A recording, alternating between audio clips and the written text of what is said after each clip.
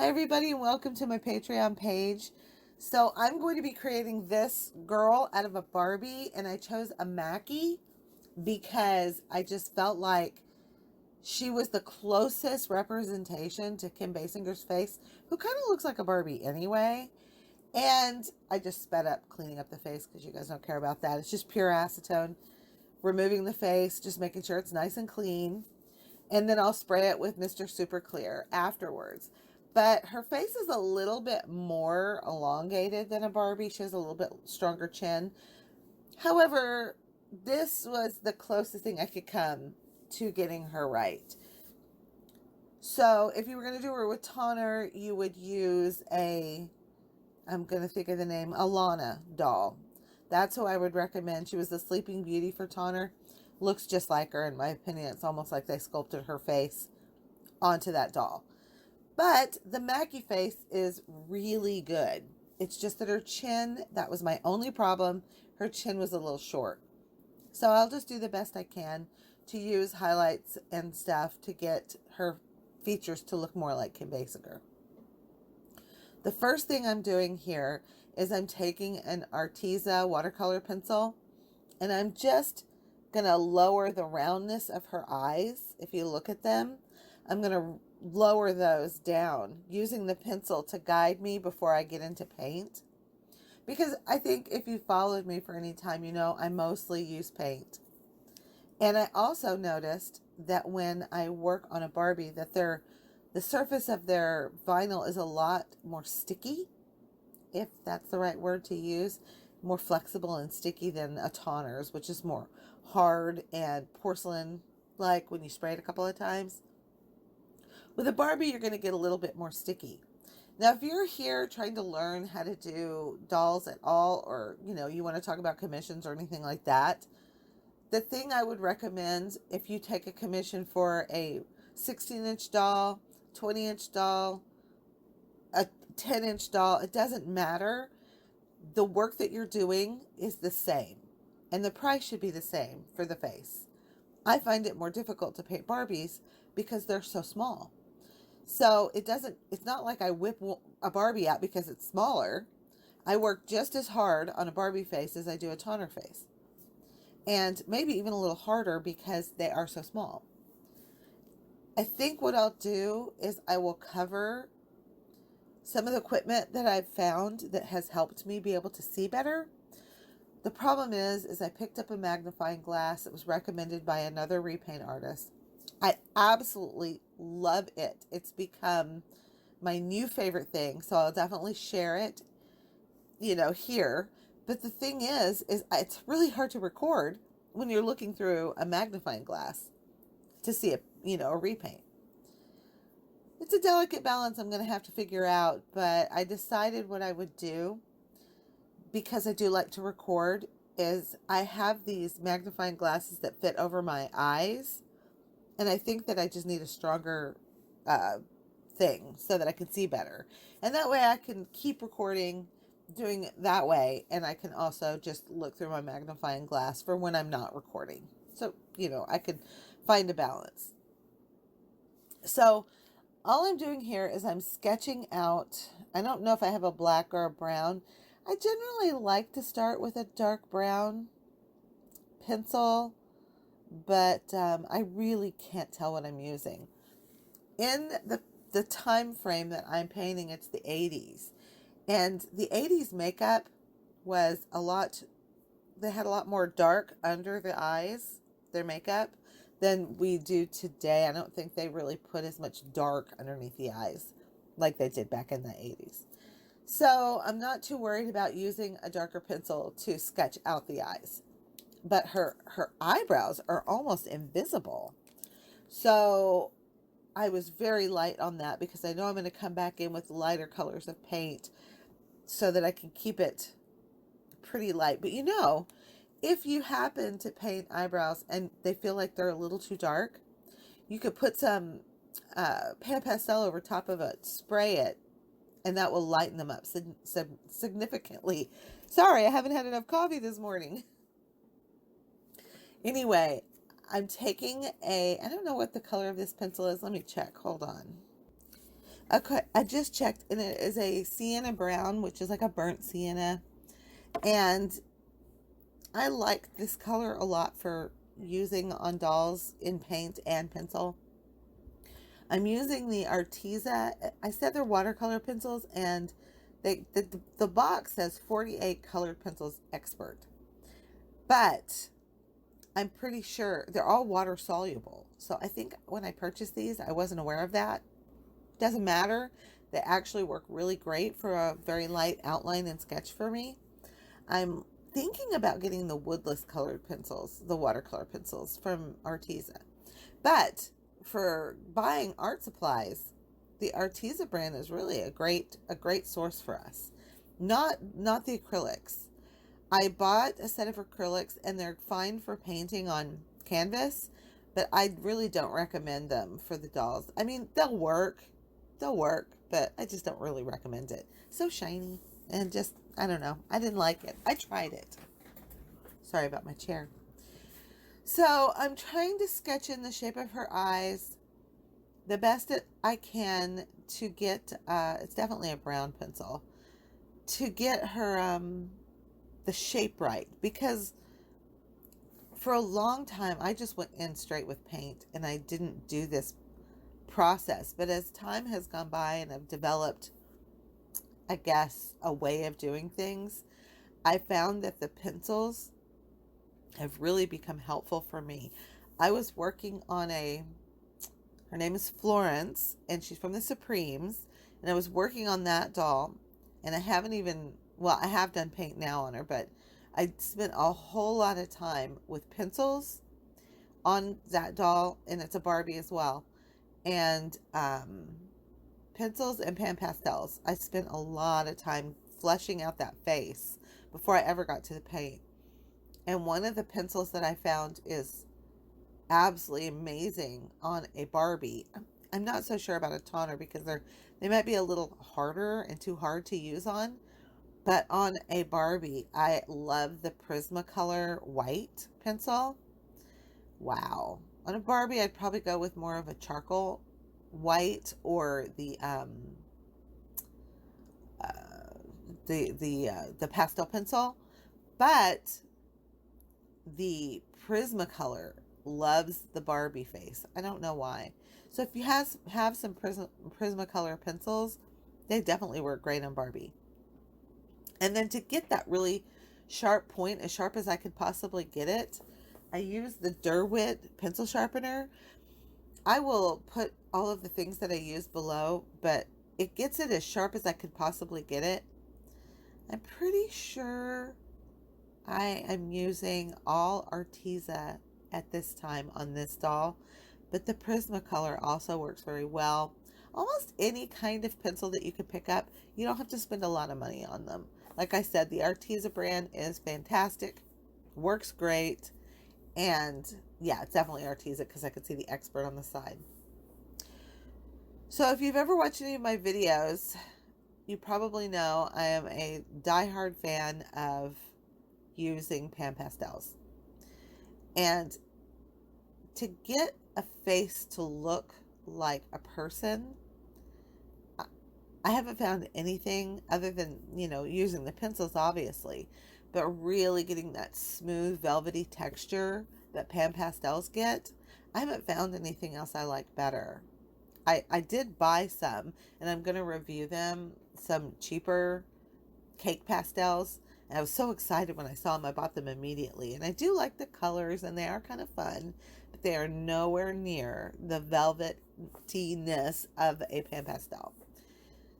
I usually buy I bought the portrait set. It's probably the cheapest way to go, but you get a lot of colors you probably don't really need. However, I like to mix them together. So sometimes you can take a little bit of the blues and yellows and things like that and mix them together for other colors. You can scrape them right off of the pan pastel cake. So that works. So what I'm doing here is I am taking that little, whatever that tool is called, I'll link it in the description, and I am just buffing in that. I'm using pure white Pan Pastel and buffing it in all of her highlighted places, because it helps, well, it helps it look more realistic, obviously, and it helps sculpt out the highlights of her face and gives it, makes it look more like her. And then what I'll do is I'll take another brush and I'll just sort of buff off the excess. But when I spray it, it will just, it almost vanishes. I have to layer it over and over again to get the highlights that I really want, because I'll highlight a doll and I'll buff it off and everything. I'll be like, yes. And then I'll go out, I'll spray it, and then I'll come back and I'll be like, no. So, and then you have to be really careful with the dark color because it seems to like really pop when you spray it. It's kind of frustrating, but there's definitely a balance. And you can use Pan Pastel for the lips if you wanted to, if you just wanted like this really soft focused lip. I'm a painter. I paint so much so many dolls that there's no way that I think I could be happy without pulling the paint out, because I feel like the pencils and the Pan Pastels are very soft focus, and paint just goes pow, it just really pops. And I was thinking about this, like, what's the longevity of a repaint, right?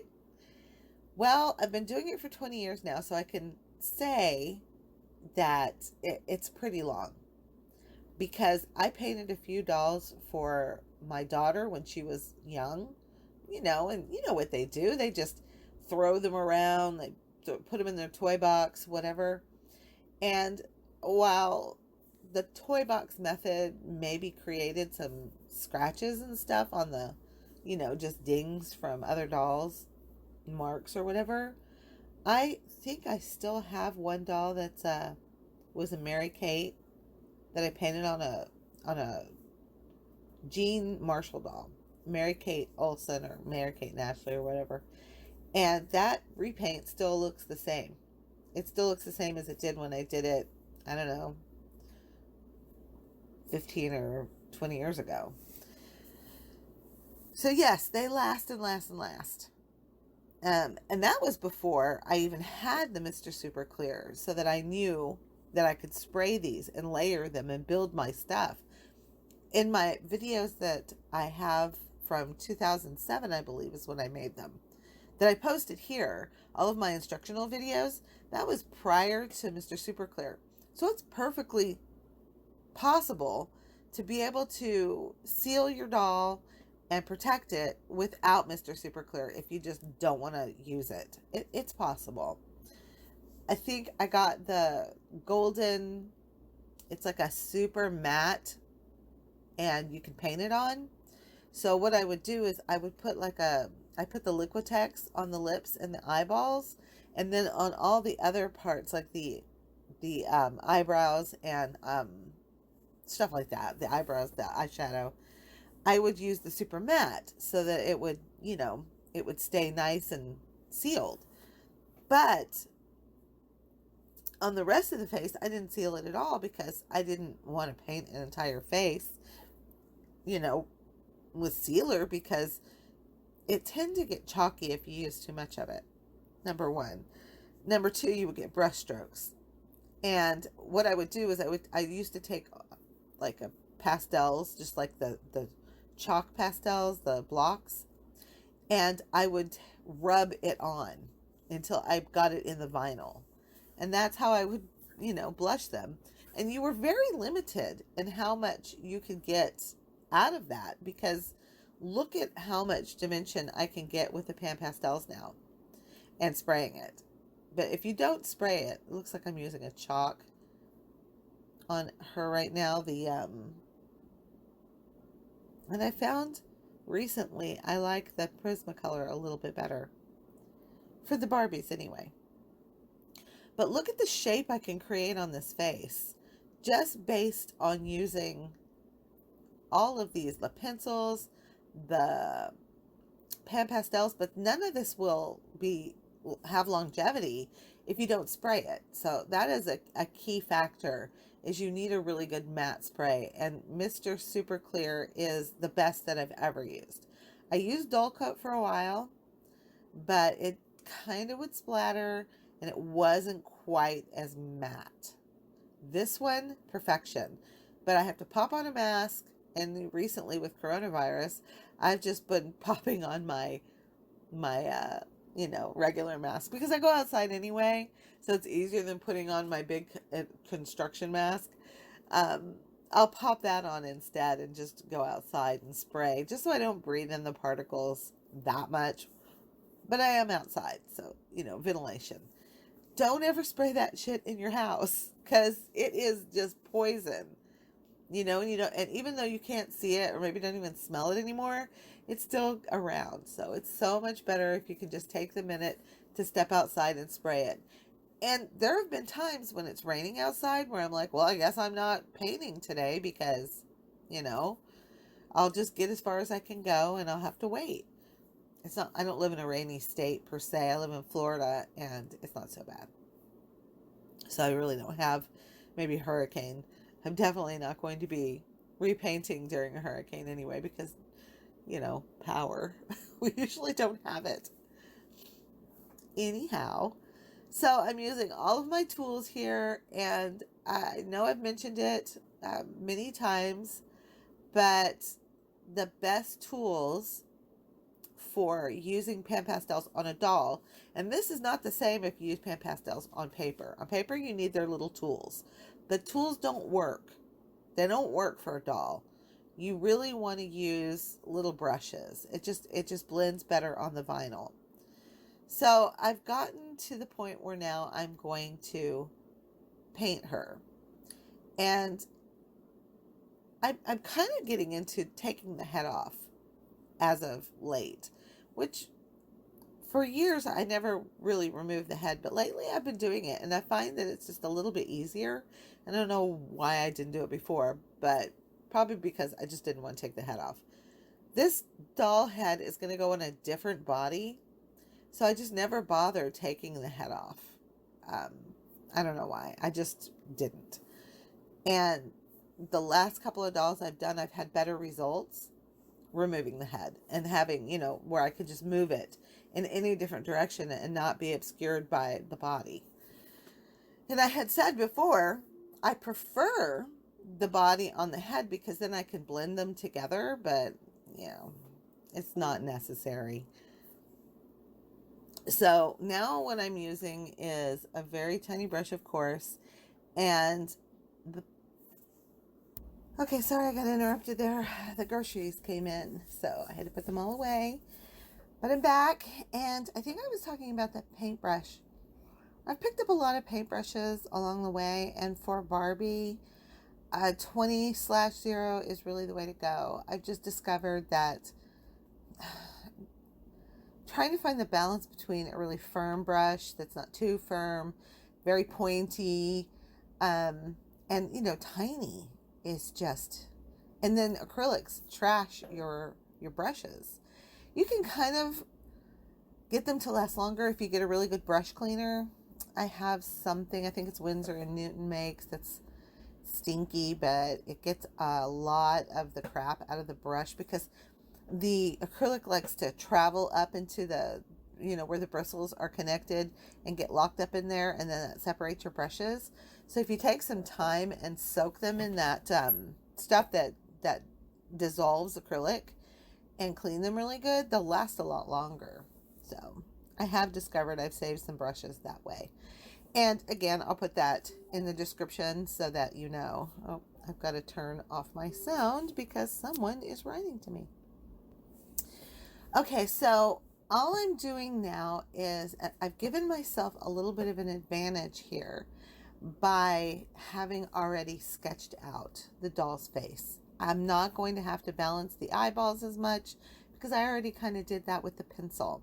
And you can use an eraser, to remove some of your lines if you want to. And then all the spraying and MSC seems to make the, it like fades away your pencil a lot. So it's great for getting that pop. I think I was trying to talk about that and I got distracted.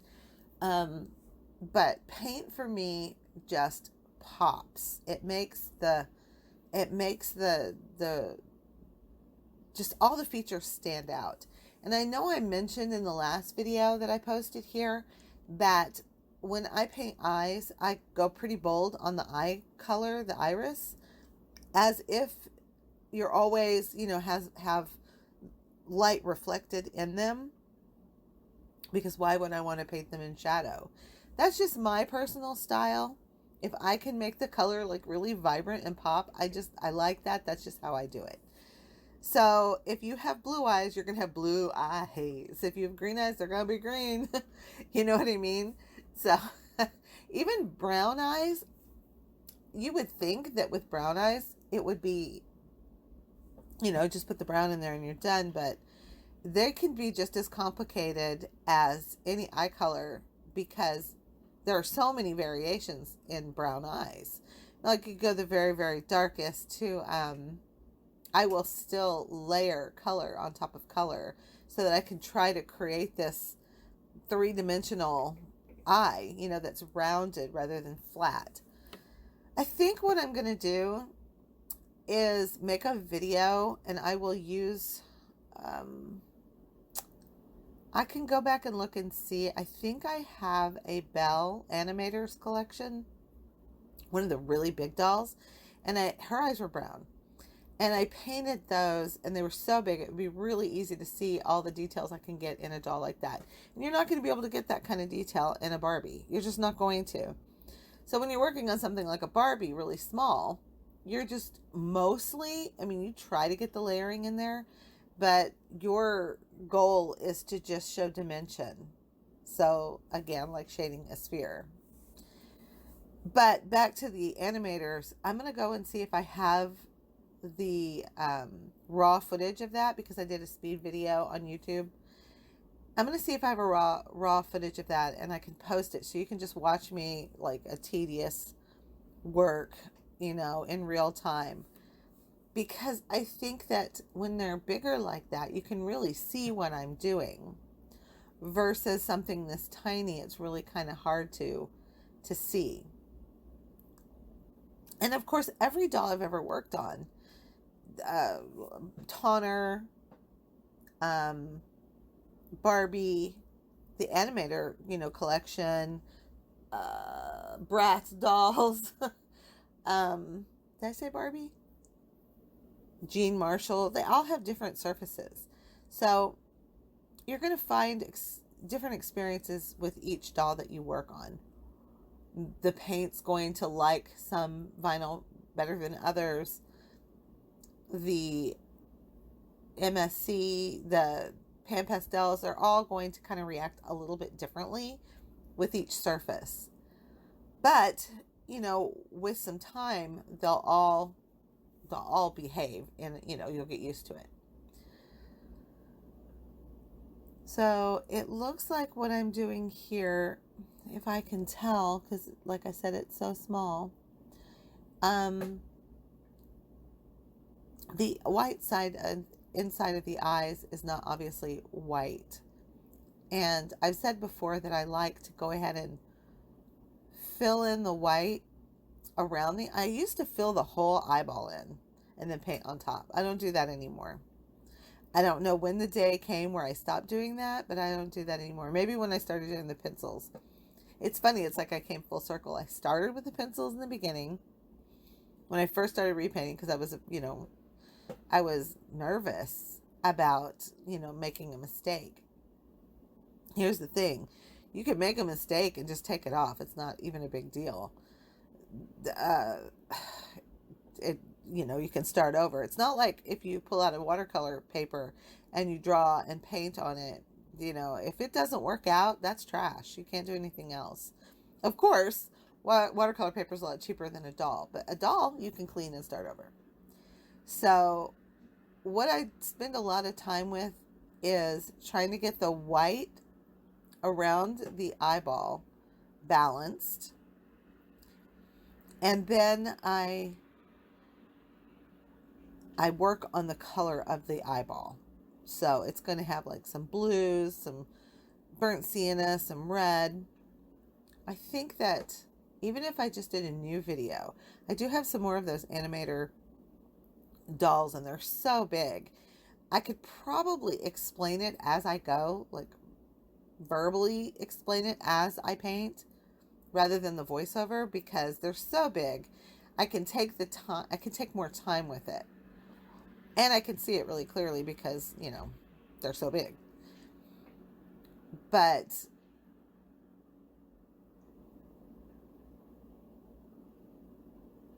as I'm looking at what I'm doing here, I can still see that her eye is too round. And I'll have to bring that down even more. Sometimes when you do it with a pencil, pencil's just kind of like a rough outline. But when you get in there with the paint, you can really make some changes. It's just so tiny. Oh, I've decided to leave it alone. Another thing about painting with acrylic is while it dries really fast, I put retarder in there. I put extender, so this slows down the time and it gives me a little bit more flow of the acrylic. So I will leave one area and move on to another one so that the other area can have time to really set and dry. You could also, if you just like to finish up one area and not move around, I move around a lot. You can take a blow dryer and a very cool blow dryer and blow it dry because, well, blow dryers, if they're too hot, will soften the vinyl and they could burn the hair. But of course, it's covered here. But I don't do that. I just move to another area and work on that for a little bit. And I'm not sure what color I'm using, but I'm going to guess by looking at it, it's a mixture of burnt sienna and probably white out of the Liquitex acrylic wash. That's my guess. It's a nice, almost like a super neutral color, good lip color, good boob color, you know. And if it's for a darker skinned doll, it's still a great color. I would just add more of the burnt sienna and maybe a touch of brown, like a burnt umber, to that mixture, depending on the skin tone. So, you know, obviously this is a very pale Caucasian doll, and you can even see like how much I've lightened the face compared to the body. So much, you know, like it's very yellow down there, and she's very porcelain up above, and that's all the pan pastel work. So when you're painting lips like this, and unfortunately, you know, she has these big, beautiful lips, and the shape of them are so distinctive that it makes it easy to capture her likeness more based on her lip size and shape. So that was good. And what I'll do is I'll mix the two, the burnt sienna and the white, or a nice Titan buff, something that's just like off-white eggshell, and that will make a really nice color. And then I will go back into that and I'll add a darker brown to it and gradually build up the middle of the lips. But I don't ever use black. I do on the eyes. I straight up use black on the eyes, unless someone specifically requests me not to, which nobody ever has. Well, I think one person. I use I use black on the eyes, but brown on the lip cracks, the nose, the nostrils. I don't think I've ever used black on the nostrils. It's just too harsh. I wish there was like a question and answer right now so I could cover it. The lips, while I used to have this problem when I would paint, and I would have to start over because I would get my paint too chunky. It would just get too thick as I continually tried to correct the lips, specifically the lips. they would just lose that softness that they have, and they would get chunky, and I would get so frustrated. I can remember this. This went on for a long time. So what I would do is take it off and start over. Now I keep it so thin, so buttery thin. But what I used to do, and I could definitely demonstrate this because it actually works really nice, is I used to do a super thin outline in just straight burnt sienna. Like really thinned out burnt sienna. I would outline the lips and all the lines and everything. And then I would go back in with a wash of color and just sort of build it up. That was a great way of doing it. I don't know why I stopped doing it that way, but I think we just develop and change over time. It's just really about that, you know, you just all of a sudden do something a different way and you just keep doing it that way. So I'm back up at the eyebrows here, and I know that there's only a few more minutes left in this video before it ends. And I appreciate you sitting here for the 35 minutes to watch it. Thank you so much. At the very end, I have pictures of her so you can see what she ended up looking like. And this will not be the norm. It's just I have very rarely make a Barbie video, and I quit recording her because I could not see properly and it was making me very frustrated. So until I get my better glasses, which are more like they're like jewelers things, not really a jeweler thing, but I don't know what they're called. I'll link them below. I just need a stronger prescription, whatever they call it. Gosh, I'm just messing this all up, aren't I? A stronger magnification. There you go. Anyway, this is going to be a dark brown that I'm using on her nostrils because to get someone to look like a doll, to look like a person, you have to pick out parts of their features that are just going to kind of lend to that. Nostril size is one of them. Obviously, the shape of the lips, getting the eyelid to the right level, eyebrow shape, eye shape, you know, all of it. Highlights. I mean, they all balance each other out. But thanks for watching with me, and I promise I will have a more in-depth video, a full video, so that you can see the whole thing. I would really like to use a larger doll for that, so you can really get in there and see what I'm doing. But, and then of course, if I can find the Belle Animator video, it's not, I'm not trying to make her look like anything in particular. Just Belle, a cartoon version, you know, sort of. Well, hopefully just watching me work here will help you to see. I'm also working on the flare of the nose because that also makes a huge difference how far out the nostrils go and all of that business. But I hope watching me do this will help you. And if you have any questions, of course, just, you know, post them and I will do my best to answer. But thanks for watching, and I will have another video up really soon. I'm going to look for the animators video for you guys. And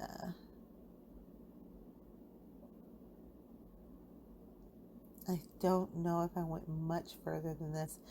It looks like I'm using just white here to highlight the lips, make them look puffier and spots. Oh no, I'm shaping them on top.